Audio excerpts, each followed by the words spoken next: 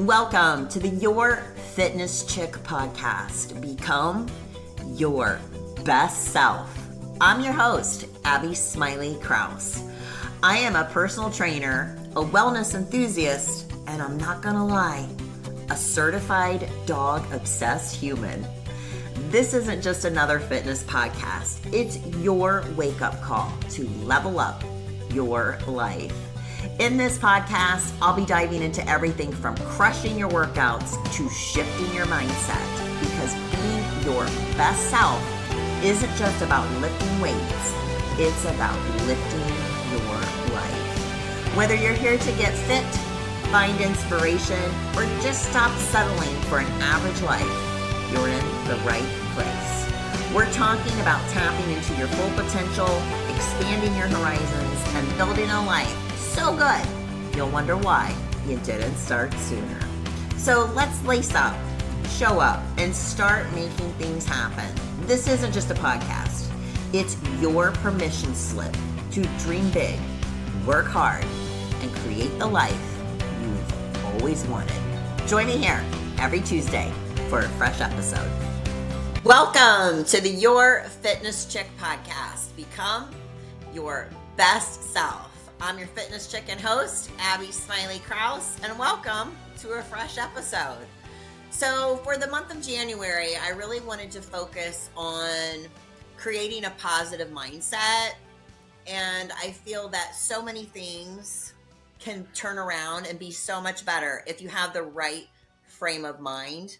And I think a lot of people struggle with that. So obviously, since January is the Monday of months, lots of fresh starts, lots of new beginnings, lots of New Year resolutions going on. I thought it would be the perfect time to concentrate on that topic. So today I have with me my friend, Heidi Stokes.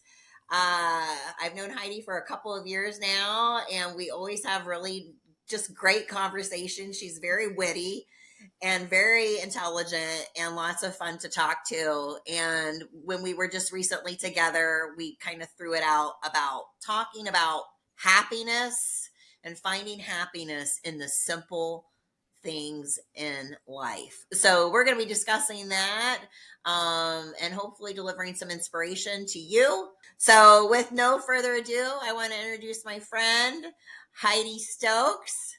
How are you today, Heidi? I'm good.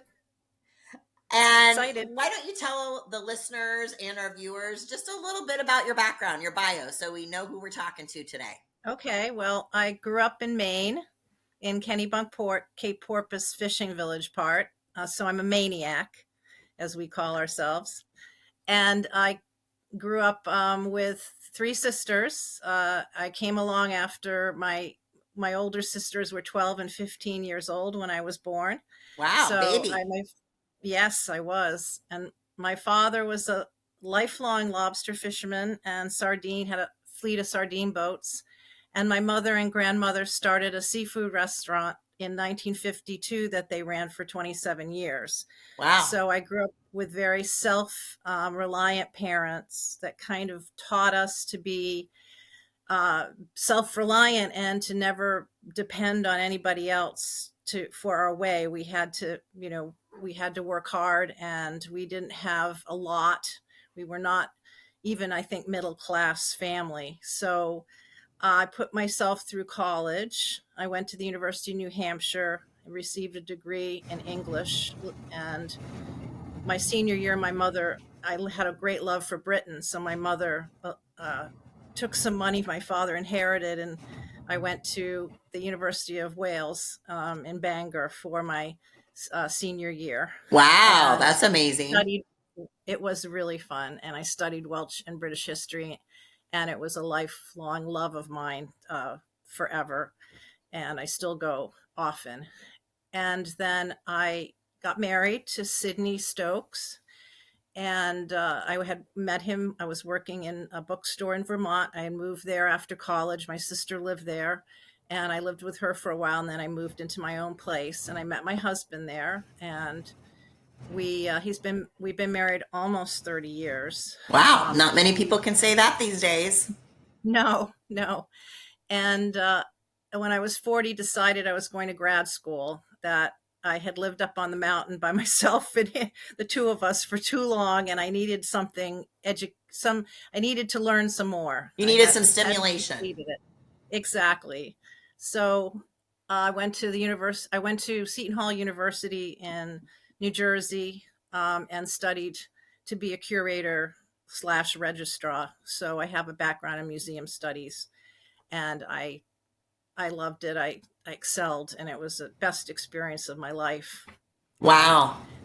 then later, we've always gone to Florida because my father-in-law lived here for 55 years in Naples, Okay. and we started in Naples, and then we moved up to Venice, And now, how and long I have you love been it in here. Venice?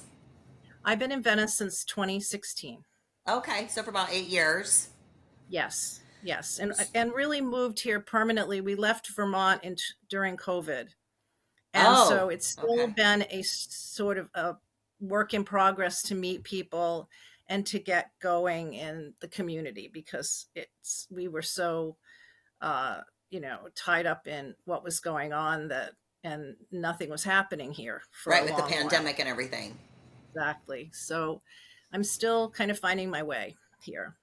Well, So I really am grateful for you sharing that with us because I always think that everything in our life really develops us as a person. And obviously, growing up in a lower class income, and now you've set yourself up for you're living very successfully. You have a beautiful home and you do a lot of volunteer work and community stuff, which we'll talk about in a few minutes. But I think that probably that sense of giving back and that sense of happiness and gratitude has been fueled by what you were lacking maybe in your past, right? And so you just yes. have so much gratitude for the simple things in life because at one time that's pretty much what you were living by, right? Yes, yes. And I had an idyllic growing up period. My parents were wonderful parents. My father was very, my father was almost like my mom, and my mom was very much like my dad. My mom was the business person. She was tough. She was, all about accomplishing in a day and chores and everything we were supposed to do. My dad he was a hugger. He cried during movies. He Aw. was very happy, as my sister said the other day. No one was happier in their job than my father. All he wanted in life was to play baseball, and then to my mother helped him graduate from Kennebunkport High School, and then he all he knew what to do was fish and lobster, and he had his own dory at 11. And then he just before he died, he said to my mom, I just want to stay here with you and the girls. And that's all that mattered to him, is the love of he loved my mother and us and his career. And my dad was incredibly simple, and I don't mean that not intelligent, but his life was simple, and it sort of that's where it started for me to believe that happiness can be a very simple thing. It doesn't Yeah, have to be I love this that. great accomplishment of And it's true because actually, I know a lot of people who have a lot of money and they're pretty miserable. And I also think that if you didn't have the background, if you were born into a blue blood family, as they say, right? That, with the silver spoon, that if that's all you've ever known, that's great if you have gratitude and you were taught to appreciate things, but a lot of people aren't. So I think a lot of people do think that through materialistic things, through wealth, through money, that they'll find happiness. And although that can't hurt sometimes, it's truly just having the love of family. It sounded like your parents. How long were your parents married? 57 years. Wow. And So, when my father was in his late 40s, he had envirocephalitis and had permanent brain damage. oh So gosh. his ability to speak and communicate was lost. It was all in there, but he was unable to fish anymore. And my grandmother had gotten sick about the same time, so my mom sold the restaurant, and then she went into the local school system, and she fixed meals for thousands of kids from 5 different schools in the district. And then she ran a bed and breakfast till she was 80, so my dad could stay home with her, she could take care of him and he could stay home with her. And he was never difficult. he was always so easy to be with. He just wanted to watch sports and read the newspaper and be with my mother. So it was incredibly, it was difficult at first, but once we all figured it out, we all had to, take turns taking care of him too. What we couldn't, it wasn't like we could just go out there and frivolously, live life. We had a responsibility to my father, and my sister Melissa came home and left college to take care of Jennifer and I, because we were only, I think we were like 8 and 10 or 7 and 10. We were very young when Daddy got sick. So my mother she worked 3 jobs to keep the Wow. house, and she would wait on tables on the weekends, and at night at night, and then in the evenings after she worked at the school, she refereed basketball games, because she was a collegiately ranked basketball referee for 30 years. Wow. And So back then, it really wasn't yeah, as typical as it is in today's world, where today's world, most families are a dual income family, right? But right, back right, then, most of the time the mom was a stay at home mom, right? Cooking and right. cleaning. And the man, the husband, was the one who went out and worked. So that just says a lot about your mom, Oh that yes, yeah, when the tough gets going, the going gets tough, right? And or when the going right. gets tough, the tough get going. And that you had to really have a lot of respect for her because of all that she was doing.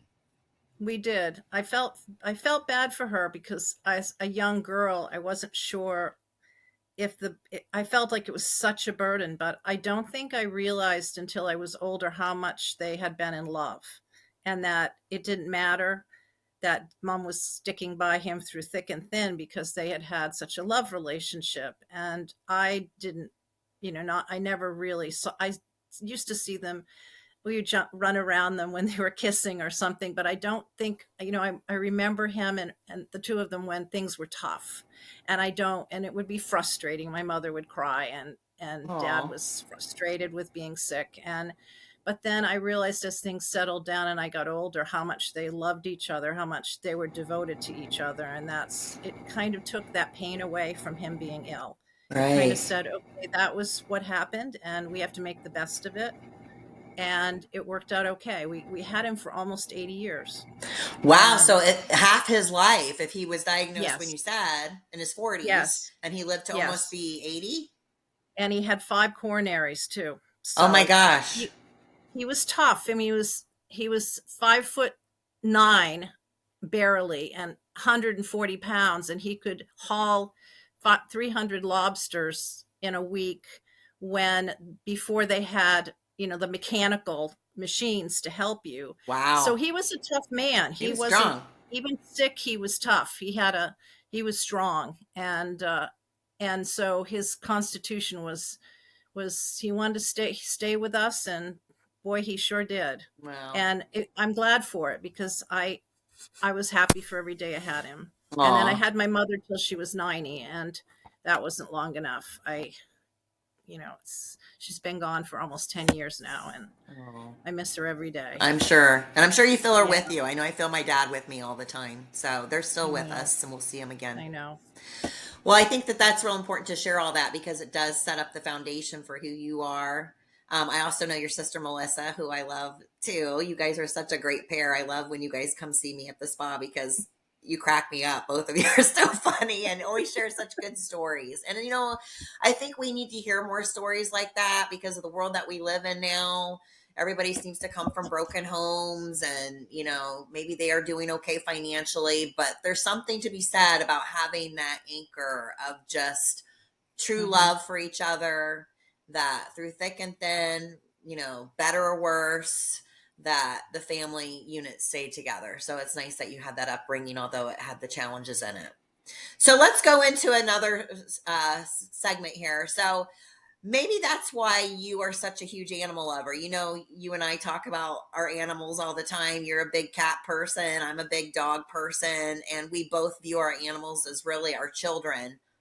And I feel I have such an attachment to my animals, to my dogs, to my babies, I should say. I don't even like to say animals, they're my babies. Because they give that unconditional love that even when maybe you're struggling with some happiness, because we all have our times of highs and lows, right? That they're Yes. there for you no matter what. So you have this huge love of cats. You actually do a lot of volunteer work and stuff, which we'll talk about in a minute. But have you always had a love for animals? When did that start? Well, my mother said she really wasn't an animal lover, but she kept bringing stray cats home. Oh, okay. So So your that mom is did a it too. complete fallacy. And we had a lot of cats in the house. Not so much dogs. My dad had hunting dogs and they were working dogs. But once they got old, they lived in the kitchen. So we had our labs. But I was a cat person through and through. And I just loved them, but I didn't really understand the cat until I was older and I married my husband. Part of the attraction to him, for me, to him was that he had four cats. Okay. And then I really started to spend time more with cats. I used to have the occasional one cat here and there, but then I started to realize they shouldn't be outdoors, that there was a cat population problem in the country. I started getting involved with shelters. I started to realize that trap, neuter, and release was the only way to. I really educated myself about cats, and I just loved them, and I just realized that there was much more to a cat than just what most people think. Aloof, not very friendly, not attached to people, and it's far from the truth. Cats are amazing creatures, and But tell us they're about yours. I want, because you share the stories with me, and I, I always laugh. So I want you to tell me the names of each of them and a little bit about each cat.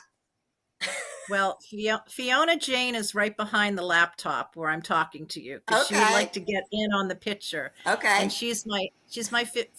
I guess she's almost 15, and she's just adorable. She's got all these wonderful black and white spots, and she has these little Daisy Duke black shorts on the back of her legs with these long white legs. And I always say to her, "You would never get into the country clubs in those Daisy Duke shorts." She's like this little casual outfit. She's kind of like a model. She's always looking at the food but not eating it, just worried about her figure. When we first started traveling from Vermont to Florida and we took the cat, she would get up there and look at herself in the mirror, literally look at herself, her back end, her front end. She's just got a really comical personality, and she's the queen. She's the most important one. And so I've had her a long time. I had her with her another wonderful cat I'd gotten with her, but not siblings, and she passed away at 9, so that was for me very devastating. Yeah. For a long while I just had the two. And then the next cat is Remy Moon, and she's a black cat. And Remy is all about the food.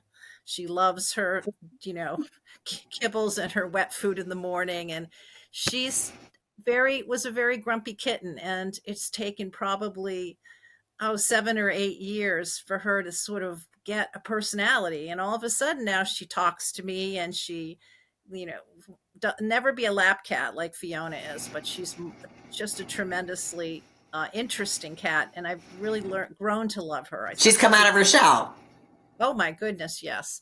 Then the third one is my little troubled child, as I call him. He's my cat on meds.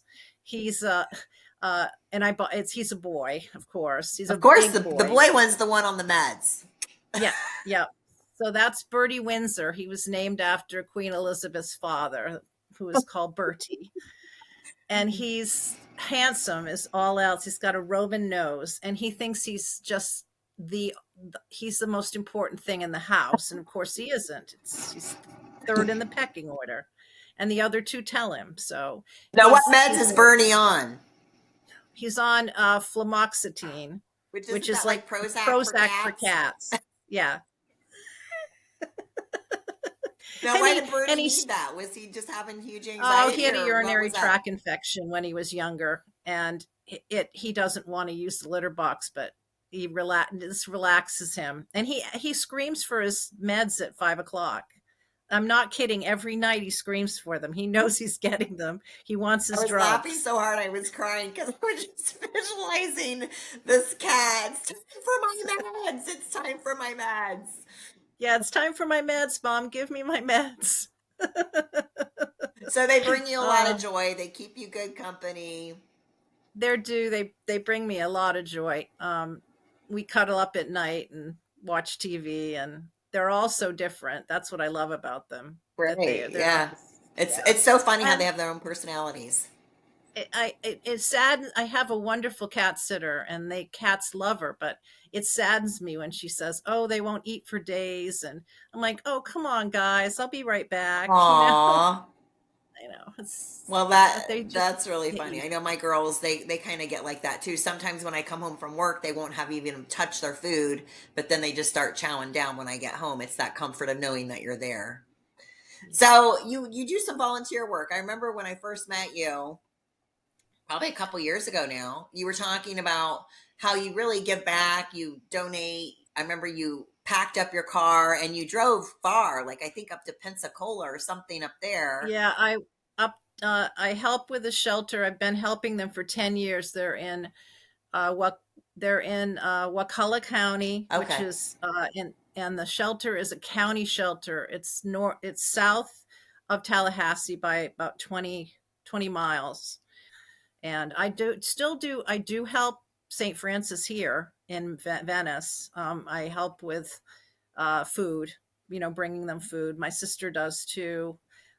Every lot of stuff to their consignment shop. I have when I was, downsizing, they got a lot of what I and Aw. Suncoast too. Anything I can do for the local, but I focus primarily on Wakulla because I've been with them for so long, and I'm working toward hopefully they're going to have a new building, and that would be amazing. So Awesome.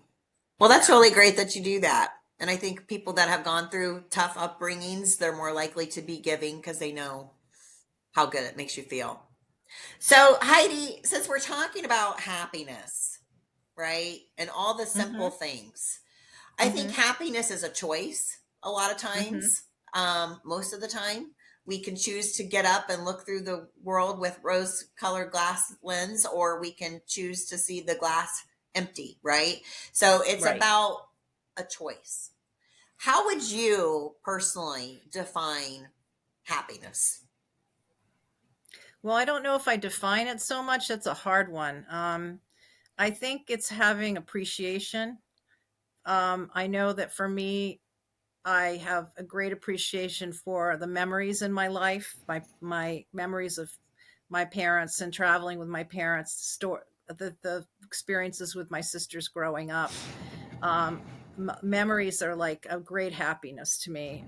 People that don't make memories, that wait till they're retired to travel and then they have a year left and they pass away or something, they don't get those memories. I always think, I mean, even when my mom and I didn't, we would go and plan a trip to England. We had no money, not much. We would save all year just for this one trip.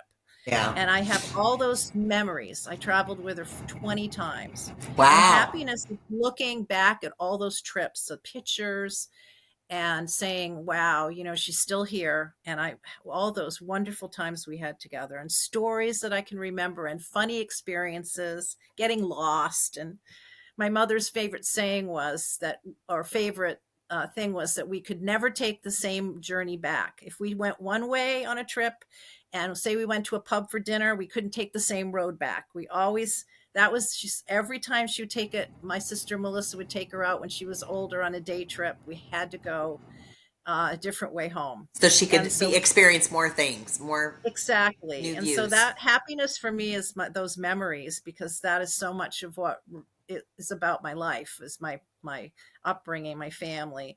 I appreciate my surroundings, and you had to appreciate your surroundings when you went through COVID, because you were surrounded by, you were in your home, your gardens, whatever. You had to appreciate your surroundings. And so I get up in the morning, and instead of making everything sort of mundane and thinking, oh God, I got to go garden again. Oh God, I've got to clean the house or whatever. I think, oh my God, what a beautiful library. What a beautiful house. Oh, my orchids are blooming. And those things make me very happy to have that, my surroundings is, I make my surroundings are me. And I make them beautiful and happy. And so that's the second thing, I think. Appreciating my friends and family, which I've already talked about. And then learning something new every day. I love to learn. I love to research anything. I mean, I don't care what it is. I'm watching football this morning. Okay, I have to go research that player and find out why he's so good and where did he go to college. And every day I like to learn something new and like to study something and then carry it through. And it's just so happiness is, it's for me, it's pretty simple. It is pretty simple. It's not about how much, you know, I got my bank account today, or um, it's not about the material stuff. It's Yeah. those And things you've done don't very make you well for happy. yourself. So Yep, you definitely yep. don't hurt in the money department in any way. So it's I really married nice. well. What's that? I married well. You married well. Hey, well, whatever. Yes. You're a team, so you contribute to Yeah, that. So that's and your, we did well on real estate, fixing up houses and selling them, and I fixed a lot of houses up over the few years that, you know, the years we've been married. We've just been very lucky, and yeah, I probably should have gone to technical school because I could have used a few less electricians and plumbers and been able to do that myself. But I do a lot of painting and a lot of my own handiwork around the house. So which is um, impressive. I'm not that yeah. girl. I'm not that girl at all. Not that girl. I'll share a real funny story with you. So I rent my condo from actually a friend of mine, and his daughter was not doing well, and so I had some things kind of that needed some working on around the condo, and he would never want me to hire somebody else to come do it, or I would have just done that because he's very particular and he fixes everything himself. But with all that being said, because his daughter wasn't doing well, the things that needed to be fixed, I could deal with it. But so I just wanted to wait till his daughter was okay before I said, please come fix this stuff. So this is the funniest story. This is how Abby, your fitness chick, is not that girl like you are. So, oh, which one is this, Fiona? Yeah. This, oh my God, she's so pretty. Look at her. I wonder what my dogs would do if they saw her. She's adorable. But anyway, so my kitchen sink, I didn't even really realize that there was a hose attached to the faucet. And what had happened was somehow the head of the faucet came off. And I was like, okay, that's no big deal. I could fix that. But I didn't. And what happened, the hose retracted down to under the Mm-hmm. sink, right? And I didn't realize that because it didn't do that for like a couple days after the head had fall off. Where I'm going with this, one day I was standing there with the water on and I looked down and there's like all of a sudden all this water is going all over the floor. And I was like, oh no, now there's a leak. So he finally came over to fix. He's like, Abby, the hose just is down there. So when you turn the water on, I'm like, that's why I don't fix things. So I admire people who do that. I'm like, I don't even want to learn how to do that kind of stuff. So I think it's great because you are a very independent person. Like you're always like you really do pull your sleeves up and get to work. You do all your stuff when you were here for the hurricane, preparing for it yourself because your husband isn't always here, right? So you Right. were very independent and bringing everything in. So you are a very impressive person with that regard. So happiness, why I wanted to mention that you were successful, is not like to brag and toot your horn, but to just also reiterate that even though you have money and you go on nice trips and you have a beautiful home and you do all these really great things, you really have just a huge gratitude and the happiness for the very simple things, Yes. planting, working in your garden. I know that for sure. Just redesigning your house recently, what colors that you picked to paint the pretty green, and then obviously your cats and stuff like that. So just, sometimes people need to be reminded to just stop and really think about the simple things in life that really do bring you the true happiness, because usually they can't be bought. No, they Yeah. can't. They can't. So creating a happy mindset is really, it's challenging for a lot of people. A lot of people like to It is. focus on the negative things that are going on in their life. Woe is me. Look at how I grew up. Now that's why my life is like this and all that. What would you say to people what helps you to keep that happiness mindset? Well, I think there's a couple of things. I think keeping structure and setting goals are really important to me. And my mother was a very driven person because she had to be because of my dad being ill and having to work. So she kind of made all of us, my grandmother was too, actually. So my grandmother was very poor, and she was raising three little girls by herself for a while there before she married my um, grandfather and another a widower that she met. But so we're all a little bit driven, maybe not in a good way. And so I've definitely, for my happiness, tried to back off, not being disappointed and not accomplishing what I wanted to accomplish all for the whole day. But I think for me, it's definitely like get up in the morning and have my routine.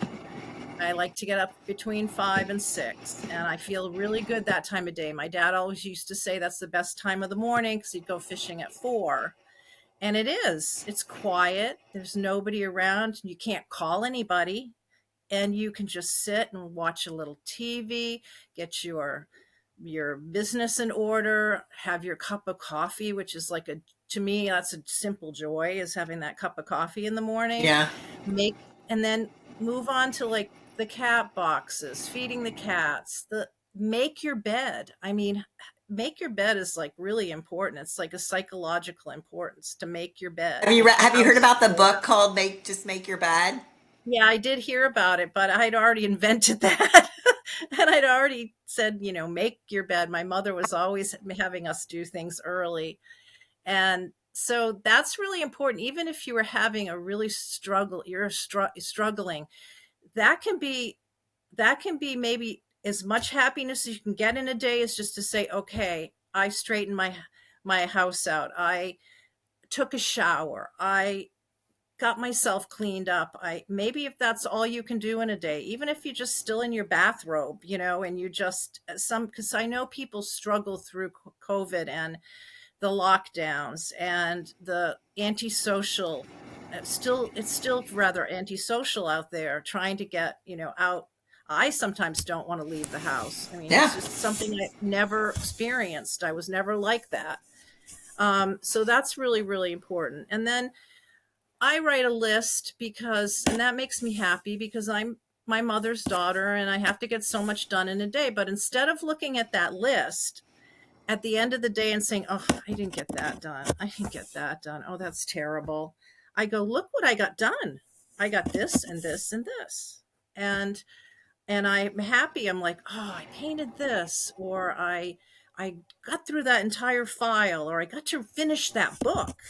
Um, or I got the plants all fed and watered. And to me, it was like, and it's different because I'm talking as a retired 60-year-old person, so I'm not like 25, so I can't give you that life lesson because I'm Sure. not there. So my life lessons are if you're retired, if you're older, and you don't have a job like I don't, I'm a retired person, then you do have to find some structure and you have to find things that make you happy. I am not volunteering anywhere right now, but I do want to. I'm getting to that point where I want to volunteer, and that would make me happy because it's not all about me. I think sometimes I think we're getting into a world of people just so wrapped up in themselves that maybe if they went out and did something for someone else, then maybe they would feel better about everything. And that's what it's not always about me. It's I about, love that. That is such an important part because, everybody's going to go through this life with trauma, with happy days, with sad days. And, the last couple of years were rough for me personally. And the exact same thing happened to me in this regard, in the sense that, when you're put into a circumstance or a situation that's traumatizing, you can't help but go, oh my gosh, like, I can't believe this happened to me. Like, I don't deserve this. And, you feel a little bit sorry for yourself for a little bit of a pity party. But the best thing that can happen, that happened to me, was when I had clients come in, and I won't ever forget this. I had woke up, I was feeling sorry for myself. I was really struggling with my own happiness. And a woman came in and she was the sweetest older lady. I had never had her as a client before. And she laid down on the bed at the day spa for a service with me. And I said, "Oh," I said, "are you doing anything exciting this weekend?" And she goes, "No." She goes, "I'm going to New York to bury my husband that I was married to for 65 years." Oh, And that was kind of like, I always say the universe never makes any mistakes. That was the universe going, "Abby, okay, your life's okay. right, You're doing okay." And at that moment, I felt such happiness, not because this woman was going through that, but I took a look back at my life, but I also had the opportunity to kind of lift this woman up, and say, "Oh my goodness, I'm so sorry." I said, "But wow, what a wonderful story you have that you were together so long. Tell me," I said, "tell me one of your favorite memories of him." And she got teary eyed and she shared it with me. I got a little teary eyed. But, I think that again, giving yourself and also realizing, you know what, let's take a look back. Our life's not so bad. Somebody's that's always right. worse. I know when we used to have pity parties, my mother would say, or something would happen, she'd always say, "Nobody died." And that was Right? her line, like, just bring us back down to earth. And she was like, right. And yeah, it was right. I mean, there's so many worse things. And kind of to take off of that, though it's not exactly the same thing. The other day, I was talking to a friend about the football game and all the snow and how they were shoveling, they were trying to get out, and how people were excited to go even though they were going to sit in a pile of snow. They weren't Right. able to clear all the seats. And I said it just meant a lot to these, especially these working class cities, that their sports team. And he was like, "Ugh, really? I mean, come on, it's just a game." And I said to him, "No, it's not just a game to those people.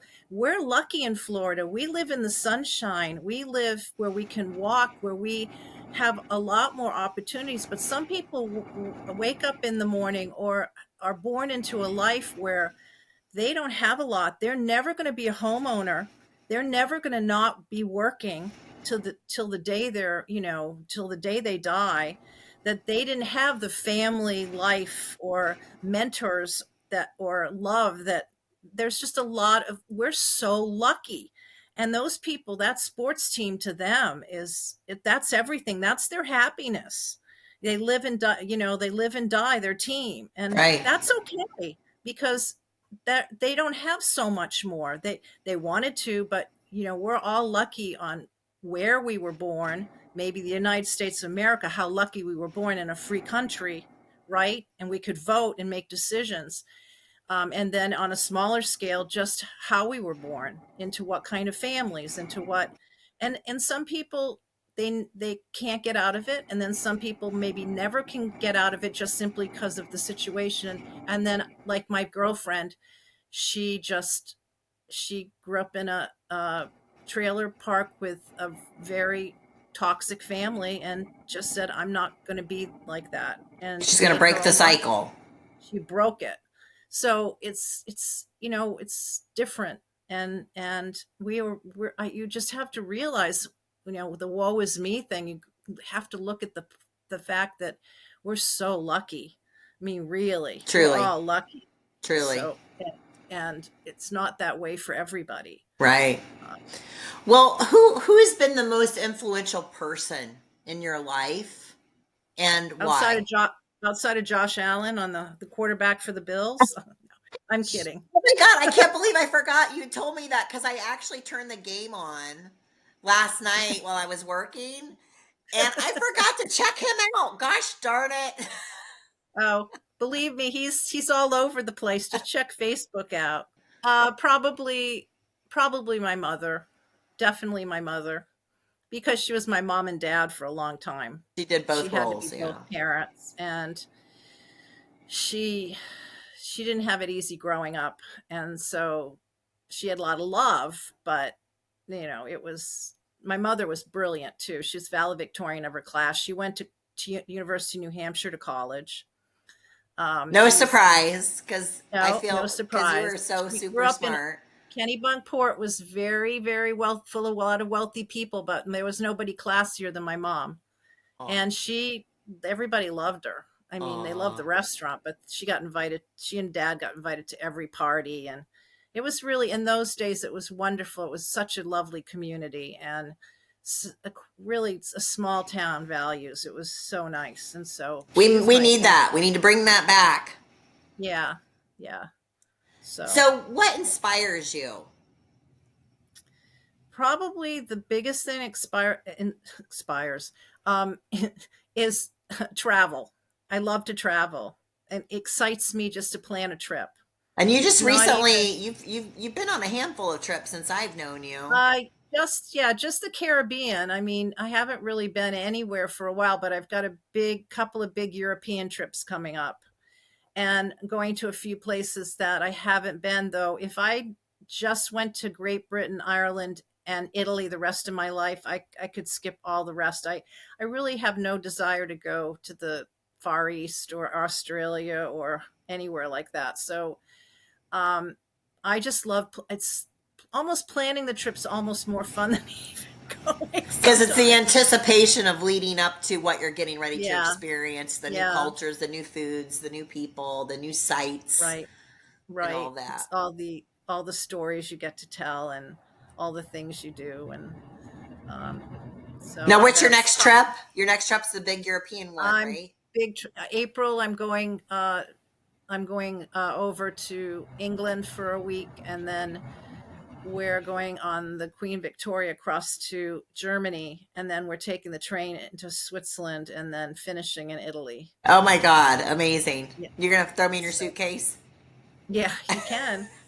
I take a very small suitcase. We're working on smaller all the time. right? So Makes it easier.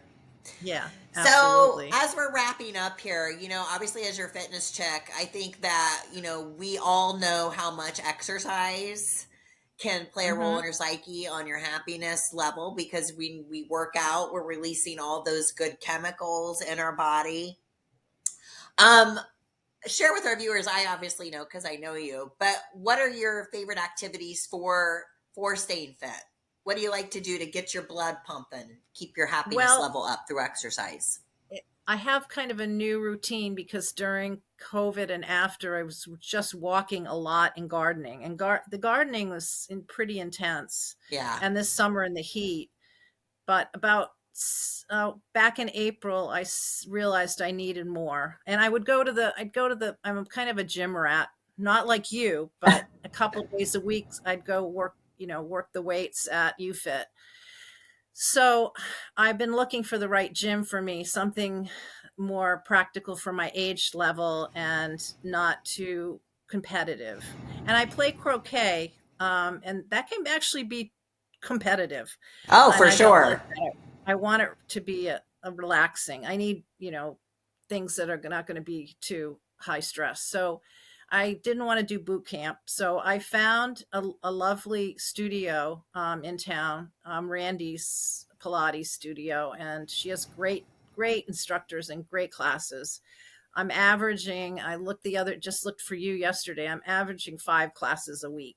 It's awesome. So yeah, I want to go. It's like it's in my book first and everything else is second. So I Good. work around the fitness rather than the other way around. And I never miss a class.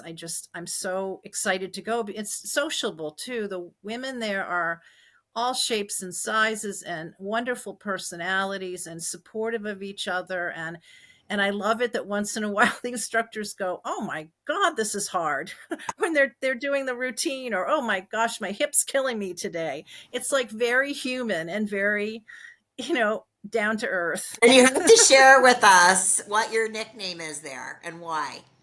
Oh, well, my nickname's Chainsaw because I work I thought outside, that and was so funny when you told me that. So, how did you get my that hus- name, Chainsaw? my husband and I were working with the chainsaw out one morning before I went to class, and I came all sweaty because I was already warmed up.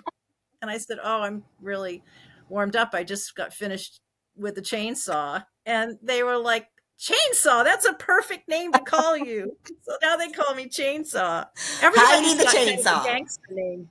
What? I love it. Everybody's got kind of a gangster name there. It's really funny.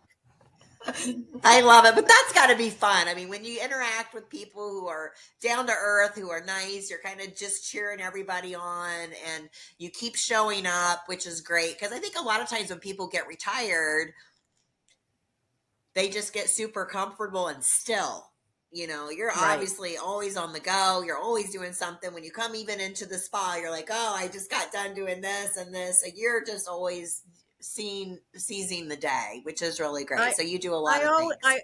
I always give my first thing in the morning and that time to kind of decompress into the day, and then I give the end of the day decompress so I can go try to go to bed and sleep well for, a good get a good night's sleep. So those are my, and then the rest of the day I'm going go go go, but Yeah. I like it that way. And you're So setting yourself up for success with the energy to be able to do that because of getting your Pilates, getting your exercise in. right. So, what's the biggest takeaway that you hope the listeners learn or take away from today's episode about happiness and mindset? Oh boy. I I mean, it's true that happiness is in the eyes of the beholder. Like, it's what you have to find in yourself what makes you happy, and you need to develop that. I have the same hobbies and the same love since I was a little girl, and I've carried them through my whole life. And if I get off course, I just try to go back to them. Like, I'm singing again. I was a before COVID, I've been a singer for 25 years. I had a wonderful teacher in New Jersey, and I wasn't singing. I music it's just like COVID just made the music go away for me. I didn't Mm, want to sing. I mm. wasn't happy. So I brought my music back, and for me it's books and travel and the gardens and my cats. It's always been the same things, and I think people have to find in themselves the things that make them happy and to nurture them. Don't lose them. Don't let them go away. And it doesn't it bothers me today, probably as an older person, that so many of these young people are so affected by influencers and movie people and people that they don't know, and they think that's happiness. They don't realize that the happiness is inside themselves. Sure. That and that's where you get your self-esteem um and your ability to love yourself. And it's not from somebody else or something that happened on TikTok or Facebook. That they need to focus on themselves and the things that make them happy. I don't mean be narcissistic, but I mean just do that, and also reach out to those who need it, whether it's an animal or a relative, an elderly relative, or I mean, I find, happiness can be in helping others. That's another thing that's really important, and you don't realize it, like you were talking about Mhm. with the lady at the spa, that you I realize that. I think the best thing you said was that, happiness comes from within. And I think Hmm. that myself included, I've gone through some pretty bad depression in my life. I've shared that on several other episodes. I've been probably on every depression medication that existed. I'm happy to say I don't take anything now. Um, but, during some sad times in my life, I think that people, like you said, are looking for happiness outside. So they'll be like, if I find the right person, then I'll be happy, Right. right? If Right. I find the right career, then I'll be happy. When I have a little more time for myself, then I'll be happy. So I think it's about knowing you have to go inward to find that. And it starts from the inside out, not the outside in. The other Right. thing too is recognizing the happiness that you have now. Because again, I'll be happy when, I'll be happy when, I'll be happy when. Well, when you could be laying on your deathbed and you've just spent all that time of your life waiting for that finish line, that golden moment, that lightning strike for that happiness that you missed out on everything that was happening right before you as you were trying to journey to that next part. Right. Right. So I think it's just Right. recognizing the day. So I think that's a super good point that it comes from within. And it doesn't, like I said about the simple things in life, success doesn't mean you have lots of money or you're famous, or success is just making your life, living a good life, having being happy in it, and it can be the simplest things. I i think about the guys who very respectfully this morning picked up my refuge in my front yard. I left him a ton of stuff, and he was so careful about not, picking the stuff up, putting it in the, and always with a big smile, and how are you today, because I go out and I kind of help him. And I think, wow, that's not an exciting life or anything, but maybe for him, like my father, he was just a lobsterman, but just a lobsterman for him was a success. It was his Right. happiness. Right. It was his happy place. So it means, it doesn't mean that you have to be some great, you know, physicist or movie star or anything. Right. It's all about, it's all about the little things in life too. So, 100%. yeah. Well, thank you, Heidi, so much You're for welcome. sharing some fun stuff with us. I knew it would be a Okay. really great episode. I love you so much. I think you're just such a great person. You Thank you. truly, truly are one of my Thank most you. favorite people. I think you are Thank you. so smart. You are so funny, and you have just such a good spirit about you. So thank you so much Thank for you. sharing that with our Okay. And I got to listeners. say, go Bills. Hey, go Bills. Yes, they're in the playoffs, right? Right. When's the next game? With Kansas City at home And when is in that? Buffalo, Sunday night, Okay. 6:30. So that'll be played after this episode will be played after that. So hopefully I know. I hope. fingers Okay. crossed. Fingers All crossed. right. Well, Thanks thank for you for inviting tuning me. in to this episode of the Your Fitness Chick podcast. As always, I'm here to inspire, uplift, educate, and motivate you to become your very best self. Join me here next week for a fresh episode. Hey, it's Abby, your fitness chick. Thank you for tuning in to today's episode. Your support means the world to me and allows me to keep creating inspiring content just like this. Don't forget to hit that like and subscribe button so we can stay connected and motivated all week long. You can find me on all my social media platforms. Links are in the show notes, and be sure to visit my website at www.yourfitnesschick.com for more resources to help you crush your goals. A huge thank you to you, my listeners. You inspire me every single day. I'll catch you in the next episode.